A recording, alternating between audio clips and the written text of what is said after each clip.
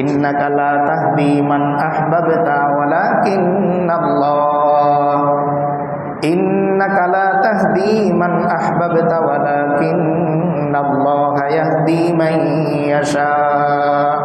আল্লাহ বলেন, ও আমার হাবিব, আপনি যাকে ভালোবাসেন, যে আপনাকে ভালোবাসে, আপনি চাইলেই তাকে হেদায়েত দিতে পারবেন না, বরং ওয়ালাকিন্নাল্লাহ ইয়াহদি মান ইয়াশা, বরং আমি আল্লাহ যাকে চাই তাকে আমি হেদায়েত দান করি। ইয়া রব মেরে আঁখোं में समा जाए मदीना, या रब मेरे आँखों में समा जाए मदीना, मुद्दत से मेरे दिल में तमन्नाए मदीना, मुद्दत से मेरे दिल में तमन्नाए मदीना। ऐ बहर करम सदका हुसैन इब्न अली का, ऐ बहर करम सदका हुसैन इब्न अली का, प्यासा हो मुझे शरबत दीदार पिला दो, प्यासा हो मुझे शरबत दीदार पिला दो। जिन लोगों को कहलाता है सब तेरे गली का, जिन लोगों को कहलाता है सब तेरे गली का, उन लोगों के दफ्तर में मेरा नाम लिखा दो,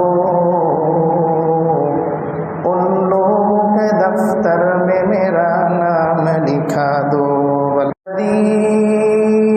अरसलहुल्लाहु ताला बिलहक़्क़ि बशीरन व नज़ीरा व दाइयन इलल्लाहि बिइज़्निहि व सिराजन मुनीरा। सल्लल्लाहु ताला अलैहि व अला आलिहि व अस्हाबिहि व बारका व सल्लम तस्लीमन कसीरन कसीरा। अम्मा बअदु फ़क़द क़ाला अल्लाहु तबारक व तआला फ़ी कलामिहिल मजीद व फ़ुरक़ानिहिल हमीद। अऊज़ु बिल्लाहि मिनश शैतानिर रजीम। बिस्मिल्लाहिर रहमानिर रहीम। या अय्युहल्लज़ीना आमनू हल अदुल्लुकुम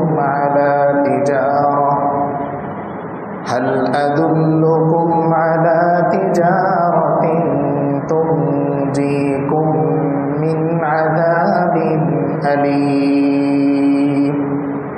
सदक़ल्लाहुल अज़ीम व सदक़ रसूलुहुन नबियुल करीम व नहनु अला ज़ालिका लमिनश शाहिदीन वश्शाकिरीन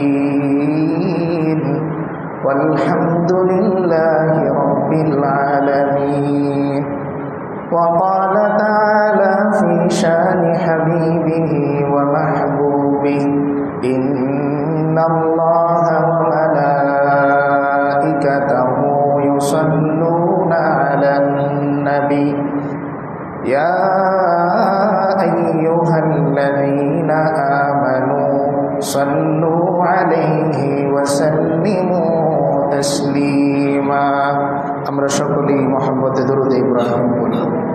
আল্লাহুম্মা সাল্লি আলা মুহাম্মাদিন ওয়া আলা আলি মুহাম্মাদ কামা সাল্লাইতা আলা ইব্রাহিম ওয়া আলা আলি ইব্রাহিম ইন্নাকা হামিদুম মাজিদ।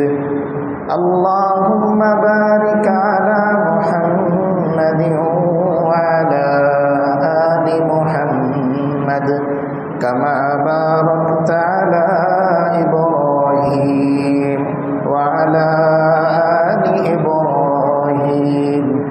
इन्नका हमीदुम मजीद। या रब मेरे आँखों में समा जाए मदीना,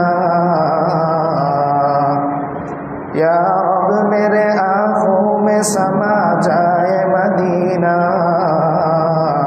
मुद्दत से मेरे दिल में तमन्नाए मदीना, मुद्दत से मेरे दिल में तमन्नाए मदीना। ऐ बहर करम सदका हुसैन इब्न अली का, ऐ बहर करम सदका हुसैन इब्न अली का। प्यासा हो मुझे शरबत दीदार पिला दो, प्यासा हो मुझे शरबत दीदार पिला दो। जिन लोगों को कहलाता है सब तेरे गली का, जिन लोगों को कहलाता है सब तेरे गली का। उन लोगों के दफ्तर में मेरा नाम लिखा दो, उन लोगों के दफ्तर में मेरा नाम लिखा दो। वलवल्लौला बिकमालिही कशफद्दुजा बिजमालिही हसनत जमीउ खिसालिही सल्लु अलैहि व आलिही। আলহামদুলিল্লাহ, মহান আল্লাহ তাআলার দরবারে লাখ কোটি শুকরিয়া, যে মহান আল্লাহ রব্বুল আলামিন আমাদেরকে মেহেরবানি করে দয়া করে ভালোবেসে আজকে এই পবিত্র আশুরা সম্পর্কে দ্বীনি নসিহা এবং মাহফিলে আমাদেরকে বসার, দ্বীনি নসিহা করার, শোনার তৌফিক দান করেছেন। এজন্য আমরা শুরুতেই আল্লাহ তাআলার দরবারে কালিমাতুশ শুকর আদায় করি, আলহামদুলিল্লাহ। আল্লাহ তাআলা যে সমস্ত বান্দাদেরকে পছন্দ করেন, নির্বাচন করেন, তাদেরকেই আল্লাহ তাআলা তার ইবাদতের মধ্যে মশগুল থাকার, ব্যস্ত থাকার, উপস্থিত হবার, শরীক থাকার তৌফিক দান করেন। এজন্য দুনিয়ার মধ্যে বহু মানুষ, অসংখ্য মানুষ শারীরিকভাবে সুস্থতা থাকার পরেও, আর্থিকভাবে সচ্ছলতা থাকার পরেও, দুনিয়াবি ব্যস্ততা থেকে অবসর থাকার পরেও দ্বীনি মজলিসে বসার সুযোগ তাদের হয় না, ফরজ নামাজের জামাতে শরীক হবার, উপস্থিত হবার তৌফিক তাদের হয় না। কিন্তু এর ব্যতিক্রম উল্টোটা দেখা যায়, একজন মানুষ শারীরিকভাবে অসুস্থ থাকার পরেও, আর্থিকভাবে অসচ্ছল থাকার পরেও, ব্যস্ততার মধ্যে তার পুরো দিন ডুবে থাকার পরেও নামাজের মধ্যে, অন্যান্য আমলের মধ্যে শরীক হওয়ার তৌফিক আল্লাহ তাআলার পক্ষ থেকে তার হয়। যেহেতু আজকে আমাদের মৌলিক যে উদ্দেশ্য পবিত্র আশুরা সম্পর্কে কিছু নসিহা শোনার, আমাদের সকলের অত্যন্ত শ্রদ্ধেয় মুহতারাম খতিব সাহেব তিনি আমাদেরকে মৌলিক বিষয়গুলো ছোট ছোট পয়েন্ট আকারে বলে দিয়েছেন। আমরা মুহররমের মৌলিক ইতিহাস থেকে যতটুকু জানতে পারি, এর খোলাসা কথা হলো যে এই দিন হচ্ছে, এই মাস হচ্ছে আল্লাহ তাআলার পক্ষ থেকে মুক্তি লাভ করার, আল্লাহ তাআলার পক্ষ থেকে নাজাত লাভ করার অন্যতম একটি দিন। তাই একজন মানুষের জীবনে আল্লাহ তাআলার কাছ থেকে গুনাহের ক্ষমা পাওয়া, আল্লাহ তাআলার নারাজি থেকে মুক্তি পাওয়া, অসন্তুষ্টি থেকে মুক্তি পাওয়া একজন মুমিনের জীবনের অন্যতম উদ্দেশ্য, লক্ষ্য বা টার্গেট। যে আয়াতে কারিমার তেলাওয়াত আমরা শুনেছি, এই আয়াতের মধ্যে আল্লাহ তাআলা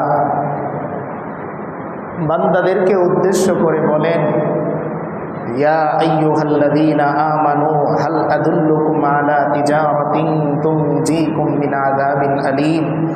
আল্লাহ বলেন, ও ঈমানদারেরা, হাল আদুল্লুকুম, আমি কি তোমাদেরকে বলে দেব, আলা তিজারাতিন, এমন এক ব্যবসার কথা, এমন এক বিজনেসের কথা, যেই ব্যবসা যদি তুমি করো তাহলে এর বিনিময়ে তোমাকে জাহান্নাম থেকে, তোমাকে আমার ক্রোধ থেকে রক্ষা করবে। তুনজিকুম মিন আযাবিন আলীম, যেই ব্যবসা তোমাকে জাহান্নামের শাস্তি থেকে, লাঞ্ছনা থেকে, অপমান থেকে রক্ষা করবে। আল্লাহ তাআলা বলতেছেন, দেখেন দুনিয়ার ব্যবসার মধ্যে আর্থিকভাবেও ব্যয় আছে, শারীরিকভাবেও ব্যয় আছে, আবার মেধাগত শ্রমও আছে। দুনিয়ার ব্যবসার সিস্টেমটা এরকম। আর আল্লাহ তাআলা যেই ব্যবসার কথা বলতেছেন, সেই ব্যবসার মধ্যে দুনিয়ার মতন এরকম পেরেশানি, লাভ লসের ভয় ডর কিচ্ছু নেই। বরং আল্লাহ তাআলা এর পরের আয়াতে বান্দার ব্যবসার পুঁজি কি হবে জাহান্নাম থেকে মুক্তি পাওয়ার, বান্দার ব্যবসার মূল অথরিটি কি হবে, মূল উপার্জনটা কি হবে, এটা আল্লাহ তাআলা বলে দিলেন যে শুধুমাত্র দুইটা মৌলিক কাজ বান্দার করতে হবে। আর এই দুইটা মৌলিক কাজের মাধ্যমে আল্লাহ তাআলা তাকে একদিকে যেরকম জাহান্নাম থেকে মুক্তি দিবেন, অন্যদিকে আল্লাহ তাআলা ওই বান্দার উপর সন্তুষ্ট হয়ে আল্লাহ তাআলা তাকে জান্নাতে অন্তর্ভুক্ত করবেন, প্রবেশ করাবেন। প্রথম যেই পয়েন্ট, এই পয়েন্টে আল্লাহ তাআলা বলেন তুমিনুনা বিল্লাহি ওয়া রাসূলিহি। আল্লাহ বলেন 1 নাম্বার পয়েন্ট হচ্ছে তোমরা আমি আল্লাহ এবং আমার রাসূলের প্রতি ঈমান আনবে। তুমিনুনা বিল্লাহি ওয়া রাসূলিহি, প্রথম ব্যবসার যে পুঁজি আমার হবে সেটা হচ্ছে আল্লাহ এবং তার রাসূলের প্রতি ঈমান রাখা।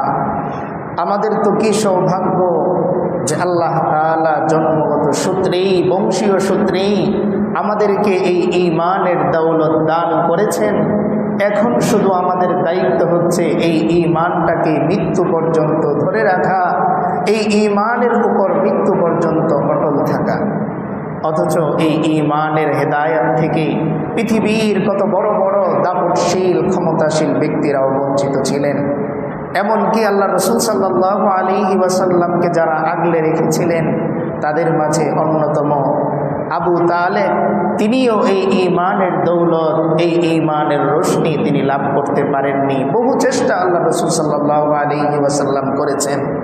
শেষ পর্যন্ত আল্লাহ রাসূল সাল্লাল্লাহু আলাইহি ওয়াসাল্লাম বলেছেন, চাচা আপনি শুধু আমার ঠোঁটের সাথে, আমি যা বলি এর সাথে আপনি ঠোঁট মেলান, আমি আমার রবের কাছে, আল্লাহর কাছে বলবো যে আপনি এই কালিমার জন্যেই ঠোঁট নাড়িয়েছেন।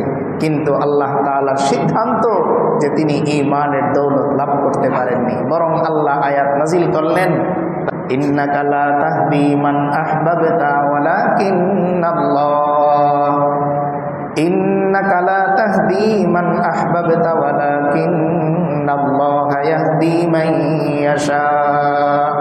আল্লাহ বলেন, ও আমার হাবিব, আপনি যাকে ভালোবাসেন, যে আপনাকে ভালোবাসে, আপনি চাইলেই তাকে হেদায়েত দিতে পারবেন না, বরং ওয়ালাকিন্নাল্লাহা ইয়াহদি মান ইয়াশা, বরং আমি আল্লাহ যাকে চাই তাকে আমি হেদায়েত দান করি।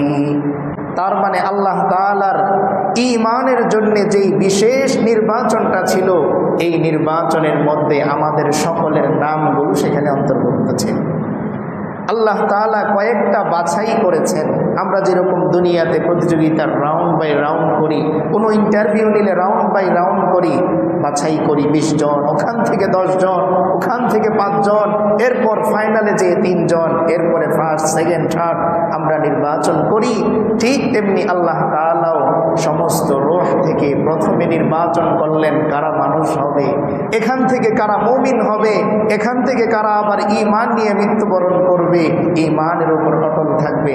এই বাছাইগুলোতে পর্যায়ক্রমে ধাপে ধাপে আমাদের নামগুলো আল্লাহ তাআলা সেখানে রেখেছিলেন নিজ মেহেরবানি এবং